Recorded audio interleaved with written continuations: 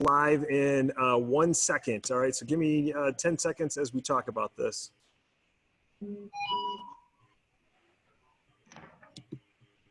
Do me a favor, remember to try and stay muted as when you are not answering a question, simply because it is echoey. It's echoey, yeah, it's hollow.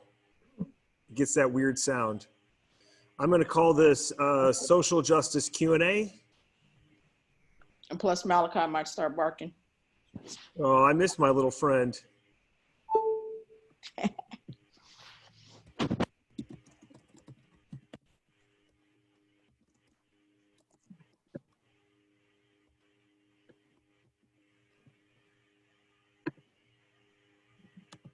All right, we're live. All right, thanks for sticking around and being with us for our Q&A session here. We've added two beautiful ladies that are very important in our community, Mama Lacey and Millie, all the way from LA. So welcome to you both. Thank you for being here. Thank you for your beautiful conversation a couple of weeks ago with Megan and Carrie.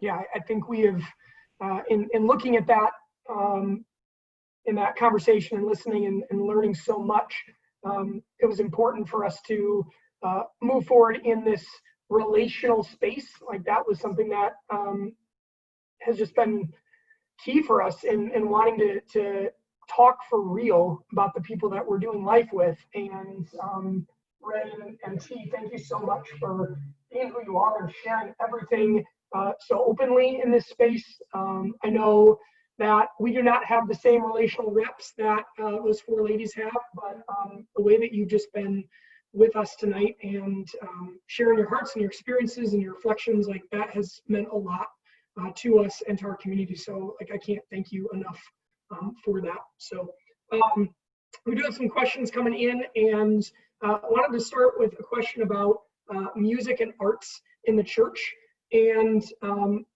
wondering if what you would have to say about, can you talk about how music and art preferences within church affects racial division? Love to hear you all on that. So I'll start off with this question.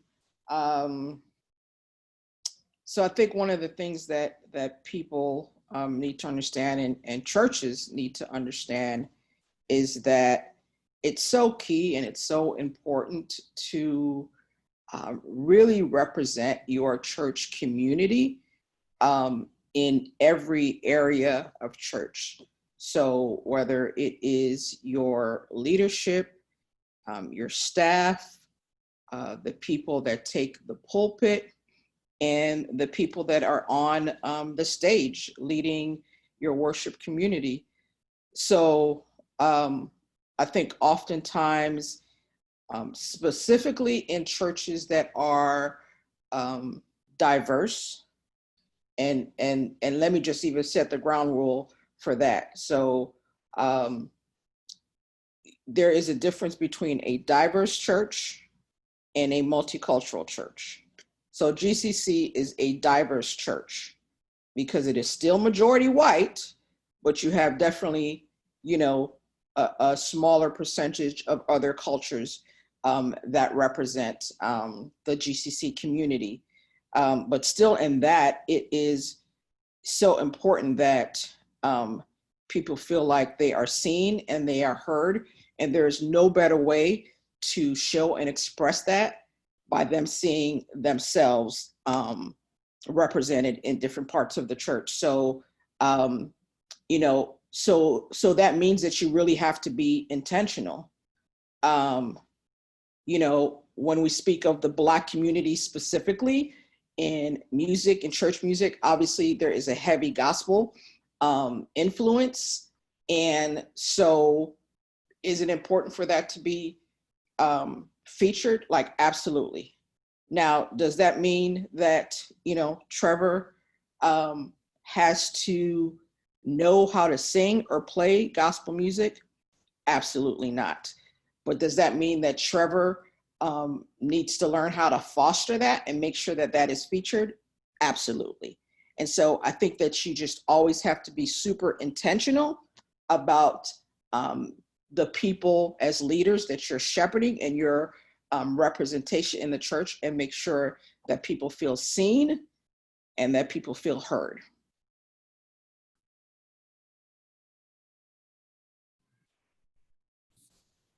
I'll just echo that sentiment, because I really like to see that to the forefront, but I don't really necessarily believe that we had to get to this point to broaden our understanding in that matter. I think we've been trying to engage that platform of other cultures coming to be a part of our worship, but we have to be, I'm with Millie in one aspect, we have to intentionally make that happen. I don't care if they don't have to sing right on point, but that's where you come to being the father to foster that. You and Jordan to foster that. Give, intentional, give the space, make the space. On the music selection, but the face, I'm talking about not just Black faces.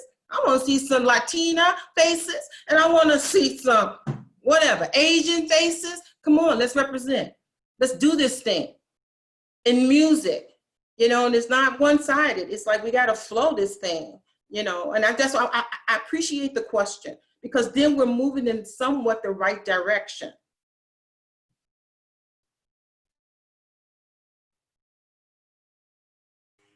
I would toss that to both the guys, in terms of the style and the art of even a service. What does that do for either of you? Is Ray, especially saying you grew up in a predominantly Black church, is it really different? Like, are you able to engage? Are you able to step into those places, or is that a piece where it's still lacking for you? I would say that when I first start attending GCC, it was kind of like, it was different. It was kind of cool.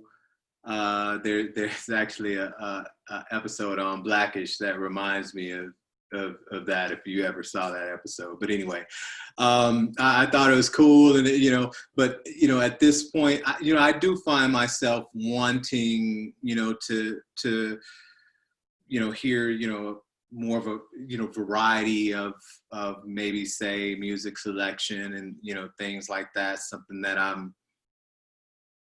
might be able to engage in more. But I didn't have any, because it's such a culturally diverse church. A lot of it has to do with the talent that we have. Like, I've never seen one church as much talent that we have in GCC, right? So Trevor is going to do what he's used to doing. The selection that he picks is probably kind of close to his heart, and music that he's into, Jordan and other folk. So I think you might need that. You might, but Trevor could be, he can lock in and do a lot of other stuff. I don't know the capabilities of the musicians and the people that lead praise and worship. But I do agree that we probably could use more of a variety, because I do find myself wanting to, hear kind of some stuff that, I might be a little more used to too. Right? So. Yeah, thank you. T, you want to add anything to that? Yeah, I agree with what everybody's saying, but also look at it because me and my wife, she was worshiping praise leader for God 15 years, I think it was, something like that, a little more. And I was on the praise and worship team too. And as I grew up in predominantly Black church, and that's all we had was straight gospel. Hey,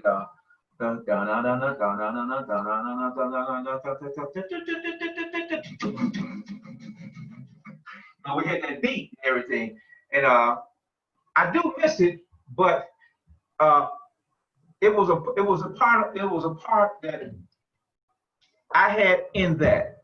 And when I came to GCC, I agree with what everybody's saying. I do want to see more ethnic people, because when I first came to GCC, I was like, this is white church. I was singing hippie songs. And everybody that came to GCC with me said, why you go to this hippie church? They sing hippie songs. But in that, the Spirit moved in that. And when we want to see more adversity in the music, we have to make sure we keep the Spirit. Even in the change, once the change, like Raymond said, he wanted to hit more people, more something he can get into, because that's him. That's what speaks to him eternal. That's what speaks to his spirit. And I agree with that. We do need to. Hey, I like to cut a rug once or twice, you know. And some of the songs that we sing, you can't cut a rug to it. You can go to the spirit, but you can't cut a rug to it. Even though, you know, I mean, that was back then, you know. But I agree. Where we're heading, we're talking about changing racial barriers and everything else. We're going to need a variety of music that is pleasing to everyone, that everybody's spirit can connect to, that everybody can get in with it. That, so like, as they would say, that something that playing that I can just go in on. And I'm glad that you're asking these questions so it could be out there, so that you can seek God for, Lord, what do I do for your people, for the change that's coming, for what you are doing, for the next area you're moving us to, Lord, where do we go? And this, what you're doing now, is a beginning of that. Because you're getting to feel and to know the people that you love and that love you. And that's where we're going. Y'all just excuse me. I see things differently, and I'm pretty passionate about God and the things of God. That's my life now.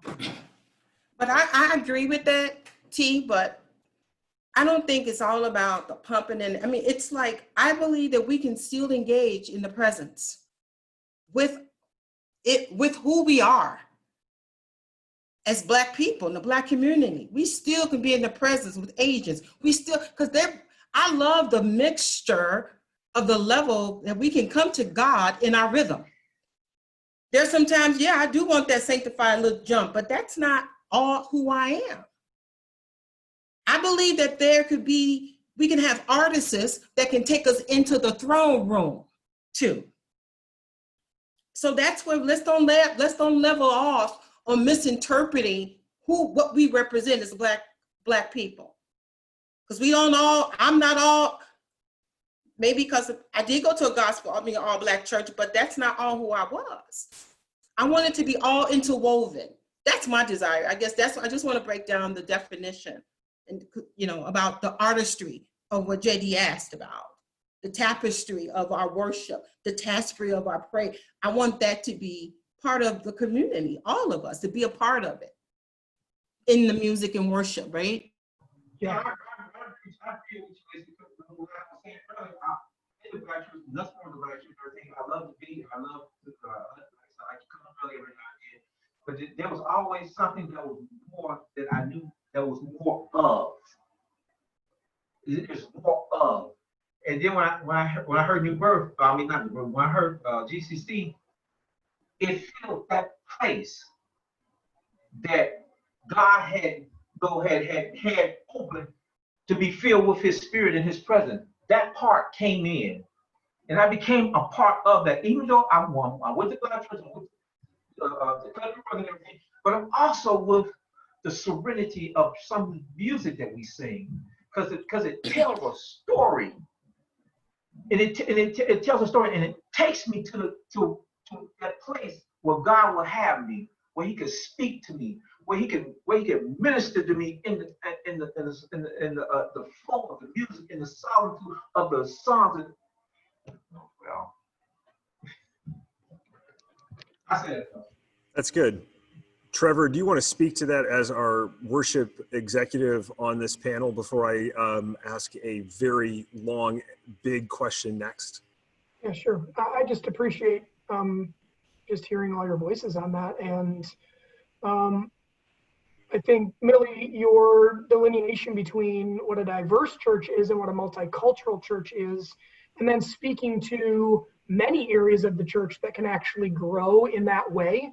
I think what you most notice about anyone who's trying to create a brand is you're trying to get like narrow, thin in terms of what is our style, what's our sound, what's our message, what's our niche. And when we're talking about multicultural church, we are talking about unity being our niche. We're talking about all voices having a place. Am I following you there, or is there another way that I can think about moving from diversity to multiculturalism, and really pushing, leading, but also following, listening? Like what else can that look like? I don't mean to jump you there, JD, but if I could just ask that follow-up, because we are talking about music, but we're also talking about every area to transform to be a multicultural church. Yeah, and I think it's just what I said, like, Oprah says something about the thing that we all want as human, and that we all have in common is we all want to know, do you see me? Do you hear me? And does what I say to you matter? And so I think in the same way, like, you just have to think about that in every aspect. And honestly, and and as someone who was on staff, I was really intentional about some things, and JD and Carrie especially know, like it's so key and so important to have representation.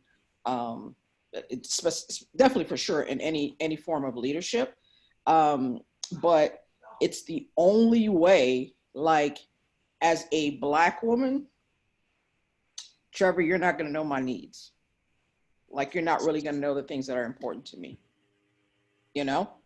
and vice versa as it relates to anything. So that's why, like, you need to be intentional about the representation of your people, your congregation, your group, your organization, whatever it is. And so that's the only way you shift from diverse to multicultural, because diverse in GCC context says the white voice, the white face, the white sound is more preeminent than anything else. Right, it's that move to normalizing the white sound that is the issue there. I'm going to move us.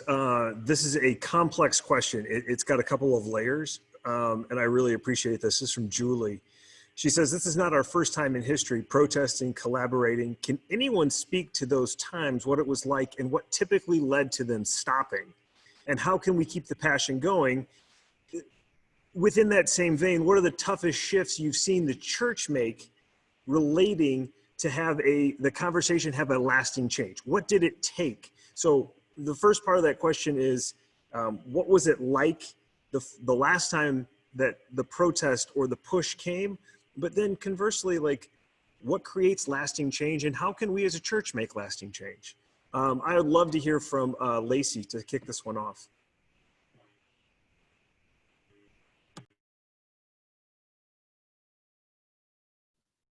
Lacey, you're still on mute. I think we missed the consistency. I believe right after this, I think everybody gonna, try to really, in the church, I'm not talking about secular, I'm talking about church now. I'm gonna go church here. It's like, I think what we need to continue or try to do more effectively is to really bridge friendship, really bridge hospitality, really bridge relationship. And that means, like, engaging with each other, and it's not like I've been using this word a lot. It's a marathon, guys. We got to just keep at it. I am different, you're different, we all are different.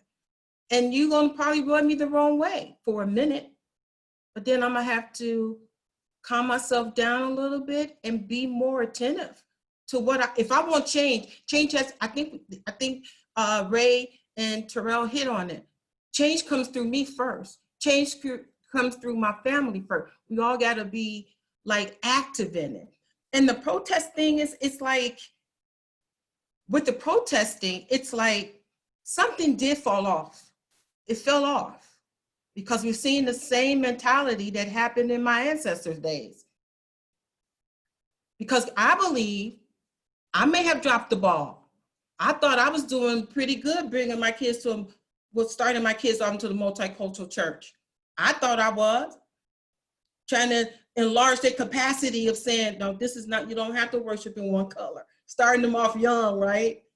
But maybe I missed the buck a little bit, you know? And not really like, not just working in my not working just in my family. It's not an isolation. Maybe I should have bridged out and went further in extending myself to other races. Thanks, Lacey. Either T or Ray have anything to add to that? What was it like last time, and why did it start to die? And how can the church keep that passion rolling? Well, I'd say it's,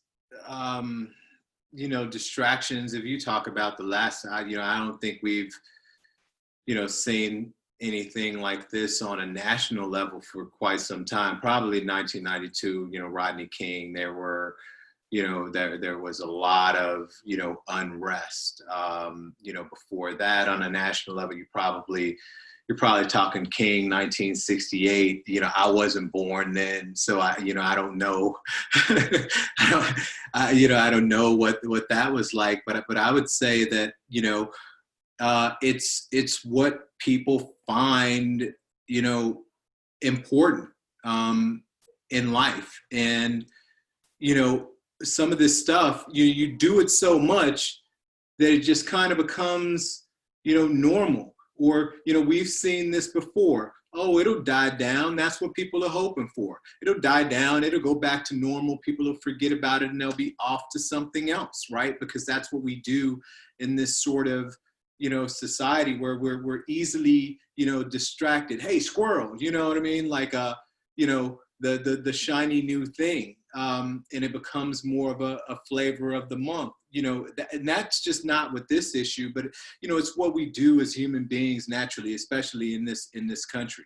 When you talk about racial injustice, the way to, I think to keep it going and to not fall off is that you have to make it a part of your culture and what you stand for and what you believe in, right? You have to have, an action plan and programs around this stuff to keep it going. If you don't, right? If you don't make it a part of your thing, a part of your culture, right? It will fall by the wayside and we'll be distracted and we'll go on to something else. That's what continues to happen. And that's what I'm trying to avoid in my life, that I'm going to continue to be active, hopefully for the rest of my life so that I can affect change. And then I think you just said something else, Lacey. It's about building each other up and building relationships with people that can help you to affect change.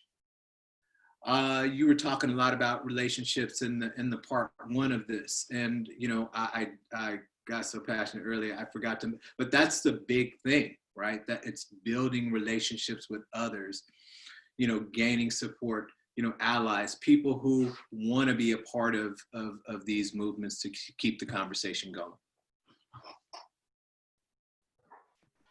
Thanks, Ray. That was really good.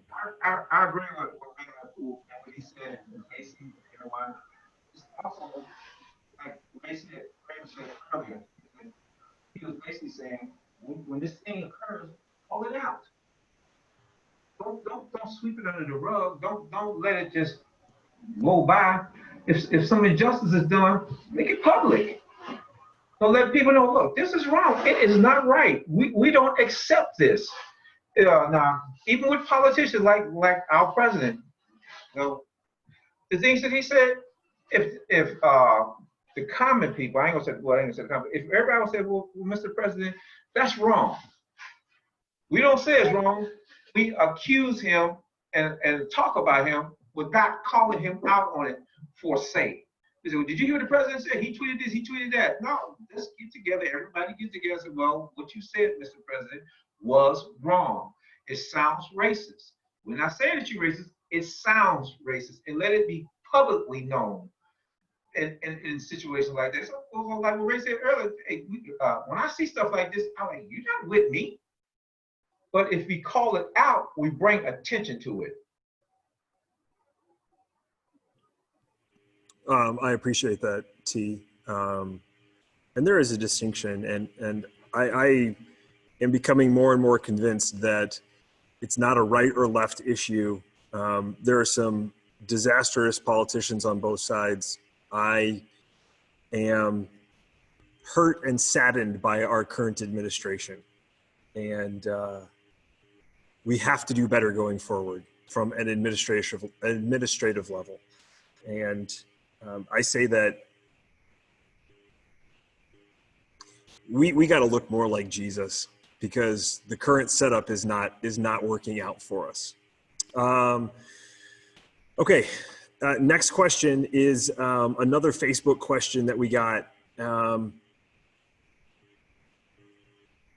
What is the next step for this church, and how can the church support injustices to the minorities that aren't white but aren't necessarily black? Do we march next weekend, and then what? How? I think we've had some ideas passed around about that. I think Ray, I would really love a list of your books. I thought you came off with some excellent suggestions right off the top. Millie or Lacey, either of you have any next step suggestions? Particularly Millie, you're a step removed from us, and you kind of know where my heart is. You know where my trajectory is, but what's the next step apart from the education piece, which I'm behind 100%, but what's the next piece? Yeah, so I think that, as believers, like specifically, I'm going to speak to the church specifically, we can get super caught up in prayer, right?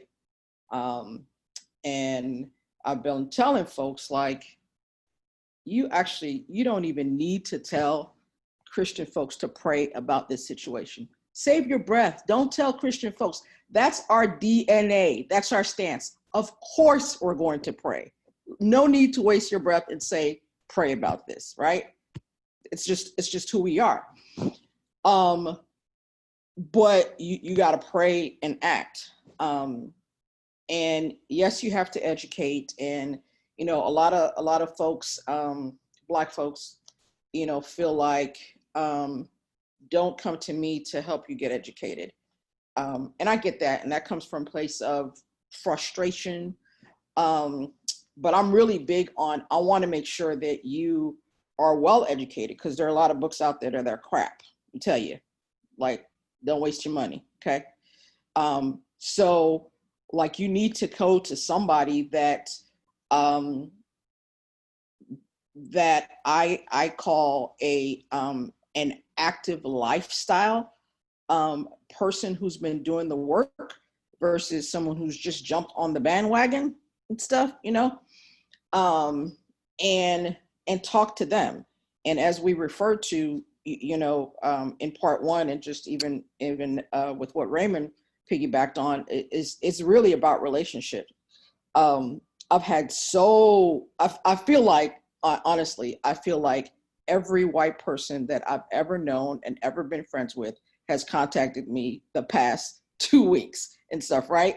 And just wanting to have conversation and stuff, and what it told me is that I'm a safe place, that they know they can come to me. There's not going to be any judgment, and they want to know the practicals. And so, GCC did a great job as far as posting some individuals and organizations to follow. And I think it's just one of those things that as a church community, like for your church, for GCC, like, you have to decide how you want to move forward. What does that look like?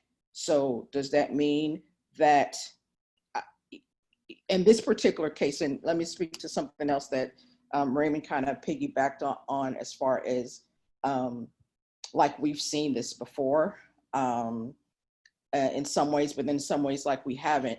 And I feel like what makes the difference with specifically the George Floyd killing is that the last time that we saw a killing like this was 6 years ago with Eric Garner. I don't think you could have asked any Black person if they ever thought they'd see that type of killing again. Any Black person would have expected to see thousands upon thousands of shootings of Black people, like with the handgun. It's kind of been the norm. It's been what we've been used to, but I don't think anybody ever expected to see that type of lynching again, since we saw it 6 years ago. And so that essentially has been the cause of the uprise, tied with people being at home, tied it being coming after Ahmaud and Breonna Taylor, tied with, the things that we're getting from the White House. It's just been a combination of different things that have made this blow up in a way that nothing has for a while. And as a result of that, this past weekend, we saw something that we haven't seen. I've been telling people with the police brutality on protesters that were peaceful protesters and stuff, but then you had a lot of people that kind of came in and, were doing what they've always done with protests. But what we saw with the police beatings, we haven't seen that since Bloody Sunday in 1965. If you don't know the history of that, Google it and see what that was about. But it's the opportunity I think it's something that you have to decide as a church as far as what the actual action steps are going to be. Because as you know, one of the things that I always hashtag is that we can all do something. So whether it's a phone call, it's an email, and you might think it's minute, but let me tell you, the little small things that one individual does just adds on to hundreds and thousands and hundreds upon thousands to make something happen. So, whether it's phone calls, whether it's emails, whether it's monthly donations, or you can be out there protesting, the thing is be consistent in it. Don't let just this particular time and season be temporary, but make it a lifestyle and be consistent in whatever it is that you decide to do, whether it's individually or collectively as a church. Super powerful response, Millie. The action step, if you don't follow Millie, if you're watching this, you don't follow Millie, you don't follow Sean King, it is so helpful and important, and it puts you in a position to be activated. And I think that is really important. If we never put ourselves in a position where we can get in that flow, then we get ourselves stuck. We get ourselves feeling like, well, what can I do? I'm paralyzed. I can't do anything. Who am I? No, you get yourself into a flow, and you realize I'm in a community that's flowing somewhere. I'm going with that community. And no one shows me how to do that more than you do. So I'm very thankful for that. But going back to that first thing that you said, that prayer, it's not one of the options. It's not multiple choice. I could pick to pray so that I don't have to do anything else, right? I love that. It's in our DNA. That is who we are. And if we stop thinking about God, I'm going to go theological here. If we stop thinking about God like a Santa Claus in the sky, and we're talking about prayer as connection, and we're talking about prayer as conversation with the divine, and we're not talking about, oh, would you please do this thing?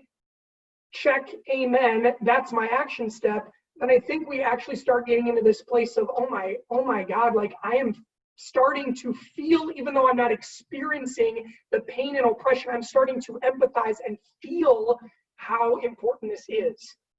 And I think that is what we are trying to wake up to, what I am trying to wake up to more and more. So I thank you for being a model of that and for showing me how to do some of that work. So I just wanted to say that before we heard from other people on this. Well, I think we're stepping in the right direction of even having conversations. Okay, you guys heard the last time we did this panel that my experience of being in the church 26 years and never being able to have a conversation like this. So today, my niece, I had to escort her out of her church because her pastor today wouldn't give her no empathy of just acknowledging that she's in pain. This is a white pastor. Stop those days. No, you excuse yourself, niece. See, I wouldn't have been that vocal 7 years ago. Like, oh, he needs to expand. No, those days of, no, you don't, no. That showed his heart. Empathy is a choice. So I'm just saying, the reason why I brought that up is because we're going in the right direction. There's some of us that in our body of community will need to connect with Sean King. We'll need to we need to set a team within our church. Excuse me, Ray, maybe you can be our leader, be able to get us engaged and get in an action plan. When I say action plan, it may be just us having a book, going up somebody, meeting in somebody's house, having conversations, reading a book. But guys, we have to be intentional in extending ourselves to each other, church. Not just me, the faithful 5 people that's going to, after this panel, we're going to be like, what can we do? No, we're going to need more than 5. It's going to take more than 5 people to make this work. I can talk with my ears. We can have panels after this, after. But if there's no movement and skin and touching and talking, men going to have to, it could be co-ed. We got to get together. I got to know what you're thinking. I got to hear your heart. You may have to hear me rant about this thing for 2 months. My wife's sister and brother, daughter and son. But there's no cutoff. Y'all, we have to be like doing this thing for real. So this is current stuff. So our church, we took a plight. All churches ain't taking plight. So I'm just want you all to be aware of that. And I'm not looking for all answers. We're talking like, I love how we got all different, men and women now tonight. And we're trying to, give each other grace to give each other time to let us try. We're going to work on, well, we got to make sure we pledge our allegiance on working on change. We're in it. We're going to change. That's what I want us to keep that pulse going. Yeah, and to the point that both Ray and T brought up earlier, there's a level of accountability that we all need to stand up for. Whether it's holding leadership of a church, which that's me, I'm in, hold me accountable, or it's holding each other accountable, or it's holding our politicians accountable. Whatever level that is, there is that level of accountability. And I think you're right, Lacey, that the time for soft answers has transitioned on, and it's time to, it's actually time to hold people's feet to the fire. We talk about being a culture of honor, and yet we don't honor them by actually telling them the truth. We placate them so that they don't leave. And I'm convinced that my job is not to grow a giant congregation. If it grows giant, that's great. My job is to take the disciples that we have and to make us look more like Jesus. And that means that we stand up for the least of those and the marginalized and anybody who's getting dirt kicked on them in any capacity. I don't care who you are. Those are the people that we're called to stand up for. So, to that. Can I say one more thing, JD? Yeah, come on. I want the audience to know that I gave my niece practical steps in addressing the issue with her pastor. And he came back with like, hey, he shared his response was his response. But since his response wasn't empathy, his response was like, this is where I stand. So I love his truth. That was his truth, right, guys? So if that's his truth, then you have to make a choice. This is not, you no longer, I don't care how long you've been at this church, his agenda is no longer your agenda. Go find a church that's with your heart agenda. And it's okay. It's okay. You know what I mean? And let God do the rest with him. See, like you said, we got to hold, pastors have to hold their congregation, not like this, but like this. Get them freedom. Because, you know, those days of, well, he's the pastor, we got to do what he said. Those over. It's over. I am going to, we are approaching the end of our time, and we are not going to stop the conversation, but we will transition it out of this period for this evening. I want to invite each of our panelists to make a final, a final statement. I am truly grateful for the 5 of you coming on here. And for Ray and T, I can't thank you guys enough for standing up and T, sharing your story tonight. Ray, actually opening your heart and really laying it on the line. I mean, both you men blew me away tonight, so thank you. But I'd like to invite you, the order that I have is T, you're first, then Trevor, then Millie, then Lacey, then Ray, and then myself, and we'll close for the night. So T, you are up, my friend. Okay, thank you. I agree, especially Lacey, what you were saying, this thing. But I agree that to the fact that if you don't talk to me, you never get to know me. When you get to I share a testimony with a lot of people, and when I get finished testifying to them about my life and things go to me, sometimes I see them stepping away, whoa. Because I told people that I used to be a jumping alcoholic. I did this, I did that, I did this. They said, you know what, you did that? I said, yes, I've done that. I've done some things that I'm going to take to the grave. But you need to talk to me to get to know me so that you can understand who I am, so that you can understand where God has brought me from and my commitment to you until everything is around me. And if you don't talk to me, if you don't spend time with me, you will never find that out. Only thing you'll be able to say is, yeah, that's my brother so-and-so. Yeah, that's my brother so-and-so. But never know me. Thank you. I've been on doing some of this work for a little bit of time, and I think I used to be or want to be apolitical, in some way, and just removed. And that is privilege. That is the nature of it. Is that my life will not change much, no matter what, and that's not acceptable. And it's not connected to the community that I love and want to be a part of more and more, and what Lacey's talking about for the long haul. And so, I think something you said, Ray, about it has to start in your day-to-day and it has to start in your home. That video of George Floyd came on my phone for the first time when I was out in my alley playing basketball with my son, and I brought him over in that instant to watch it live with me, because I'm done with separating it.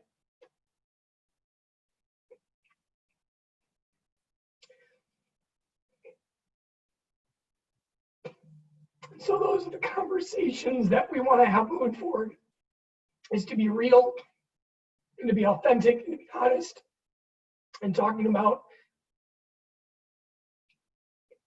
what becoming more like Jesus actually looks like. So I just thank you all for being here tonight and for sharing who you are. Thanks, Trev. Millie? So first I want to say thank you for being able to jump in and be a part of community with my old fam, GCC. I'm going to bow out after this and let you guys work it out as family, and what it best looks like for you. So JD Carey, I'm always a phone call away, but you won't see this LA face on video anymore. but I really wanted to just to hold up and really give honor to JD and Carrie and the whole GCC staff for like really like stepping up, and we have been in conversation for a while now, and just during my time there, I was always very intentional and very authentic about who I was and my passions and beliefs. And like sometimes you got to give people space to get ready, for what they need to step into. And so, and unfortunately, sometimes it takes the uprising and somebody losing their life for people to step up and step into, I think, what they're called to do. And so I feel like, GCC is going to be a new birthed church. It's not going to look like what it's looked like. And so I'm excited about seeing what that looks like. And but as everybody has said, it is really going to start with those conversations and those relationships in your home. Black parents don't have a choice. Like, we have to have those conversations with our kids about how to act, how to not get killed when you're stopped by police. Like, unfortunately, those are the conversations that Black parents just don't have a choice. Like, we have to have those conversations of like how you get home alive. But you know what? White parents need to have those conversations too. Like, need to equally have those conversations. And so I think that once we start carrying each other's burdens and are really each other's brothers and sisters keepers, then we really will start to see change that is consistent and becomes a lifestyle. So thanks for letting me hang with you guys the past couple panels, and I'll see you probably next summer, because ain't nobody flying in 2020. Thank you, Millie. You have been a voice of wisdom and knowledge, and you have been invaluable to me and our community. So from the bottom of my heart, I thank you for the way you tutored me to even approach the subject. So thank you. Lacey. I'm just going to be the one that's going to be watching the growth. And I'm sorry, guys, I'm a loving mama, but I'm going to be an intentional mama to keep this stuff rolling. We have talented people in our church. We have creative people in our church. We have people that PhDs, masters. We have people that are thinkers, and we got people that are doers. That's a collaboration. We keep right throughout the word, action. We can collaborate and come together and think of something we can allow our community to be an epic of the new way a church should flow. So my responsibility will be that I'm gonna be a watcher. When I say watch, I'm gonna be do too, but I'm just saying we're not gonna let this fall to the wayside. It can't fall to the wayside, guys. And all the audience that are listening, we gotta hold up JD and Carrie. They can't do it alone. The staff can't do it alone. We are in this together. I mean, that's a tagline all around. We're in this together, we're in this together. But you know what? We got to walk this thing on out now. Ray, you carry an anointing of leadership.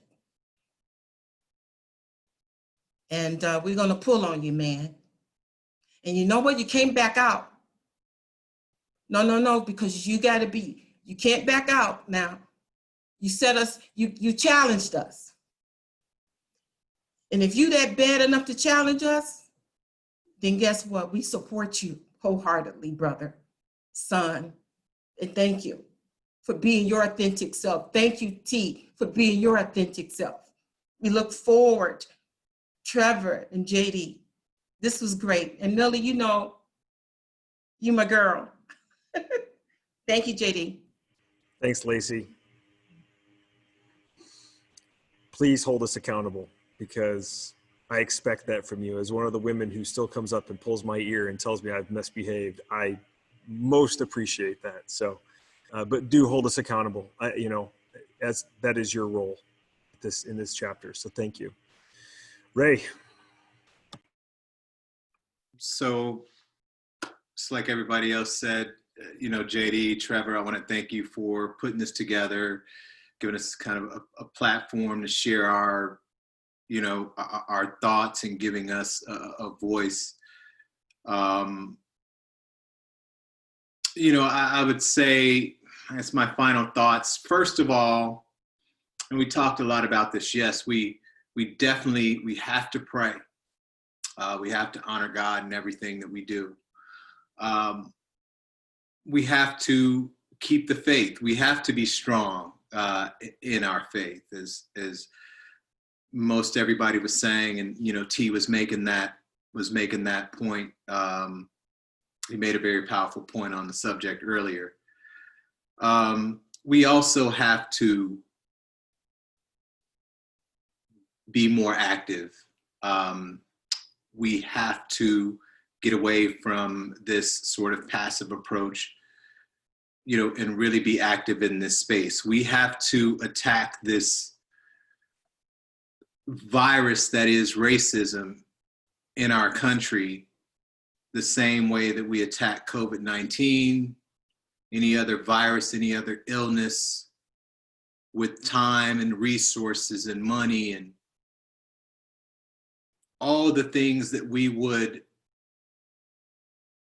put into solving the world's greatest issues, because this is one of them.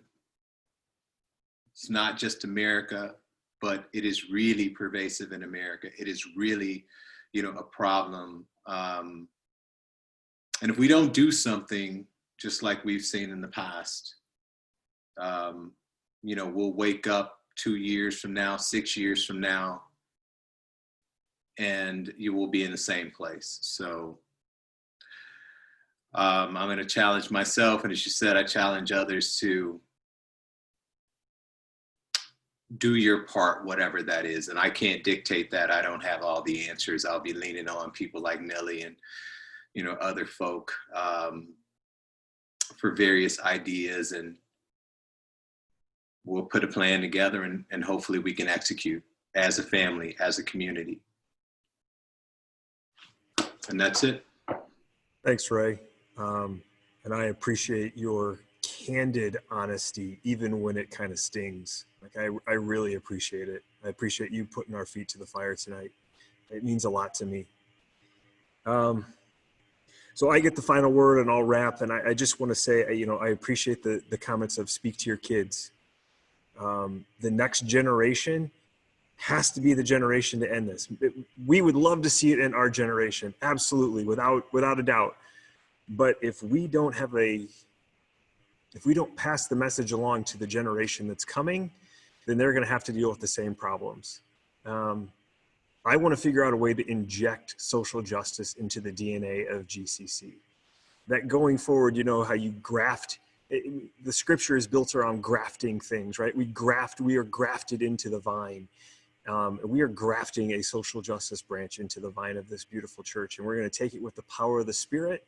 We're not going to disappear on our signs and wonders. We're not going to step away from prophecy, but we're going to graft in a line of social justice, and we're going to make this thing even stronger. And I just want to say thank you to my team. I want to say thank you for the conversations that have happened and will happen in the future. And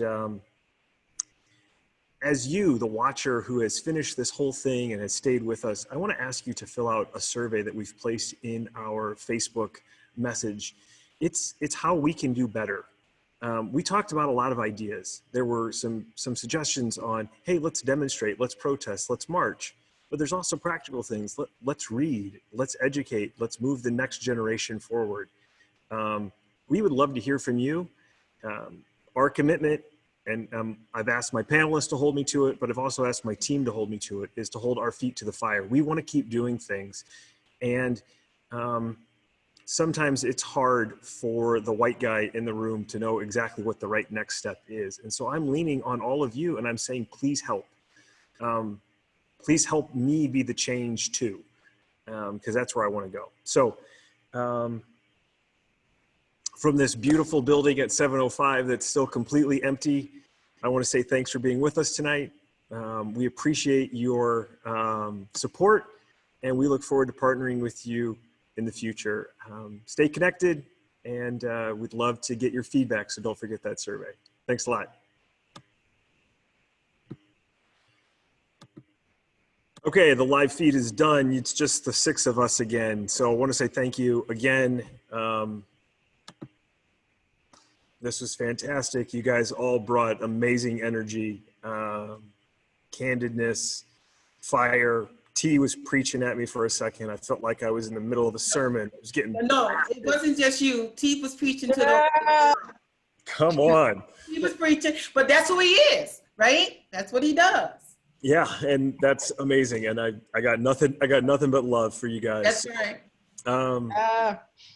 Ray, feel free to reach out. You know, wifey has my phone number, so you can get it from her and stuff. And yeah, reach out anytime. No, thanks everybody. You know, I love the platform. I love the sharing. You know, the topics. It just, yeah, it's at the top of everyone's minds right now, and you know, it feels good. It feels good to be able to share. You know, bring yourself, your whole self, authentic self, you know, and feel safe within this community to be able to do that and not necessarily hold back. As you see, I probably, you know, I was thinking that, you know, you try not to, you know, I'm passionate about these things. So I hope I didn't put anybody off, but it was real talk. It was what I had. But it's real talk, but that is what I'm saying. There are not many churches that have this platform, guys, to feel safe, to be yourself, not to water it down. That's the problem. We can't water down real talk to make it politically correct. When you're hurting, stop playing. You won't change, so you got to talk your authentic self about change. You know what I mean? And if they don't want to hear it, it's time for you to make a decision. Then my time is up. You have to make, you know what I mean? You have to make peace with that. And it's okay, you know? But you and T, Trevor, JD, you all, this was so like, I love the platform. I just got emails from people who watched it. It was like, dang, get down, come on. They were impressed. Not impressed, they were in, we gave them something for their heart. We gave them a promise that we're going to try to do something, we are going to do something different, guys, but it's going to come in the trying aspect. Because this is all new to us too, right? Right?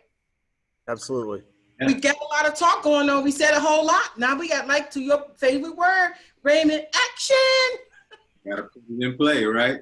Yeah. I mean, you know, that, Ray, you pulled out one of the classic lines on Reddit, which is the line of thoughts and prayers. Oh, send them thoughts and prayers because that'll help. And it's like, oh, hell yeah, man, that's spot on. Like, because that's worthless. At some point, you can write the most flowing email and you can quote the most articulate individuals who've made great speeches in the past.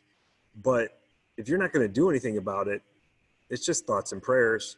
And at some point, you know, I love that. So I almost said something about it, but I didn't want to tip my hand that I like Reddit too much. So, you know. Right. No, but it was great. I'm, happy to do it again. And, I you can hold me accountable. I'll commit to whatever, we'll, again, as a body, as a community, we'll put our heads together, and I do see a change coming. I've already seen, I think something is different about this one, in the past, I'll just say this, in the past, like, protests, if you looked at, like, things that are even localized, like Baltimore, Ferguson, or whatever, you didn't see the amount of diversity that you've seen, in these crowds, and that's been heartening to see, people of just, all colors, cultures, ethnic groups, whatever. I mean, races. It was fantastic to see. And I do hope that this is a turning point for us. But I'll do my part. But right now, it's been probably since noon since I had a sandwich. So me and my wife got to go get something to eat. We'll do that. I don't mean to cut out early, but No, this is over. I'm going to clean up the church and go home. So again, thank you. Let's be in contact, and let's organize something next. All right. So thank you again, everybody. I appreciate it, and good night. all right. Bye. Good night.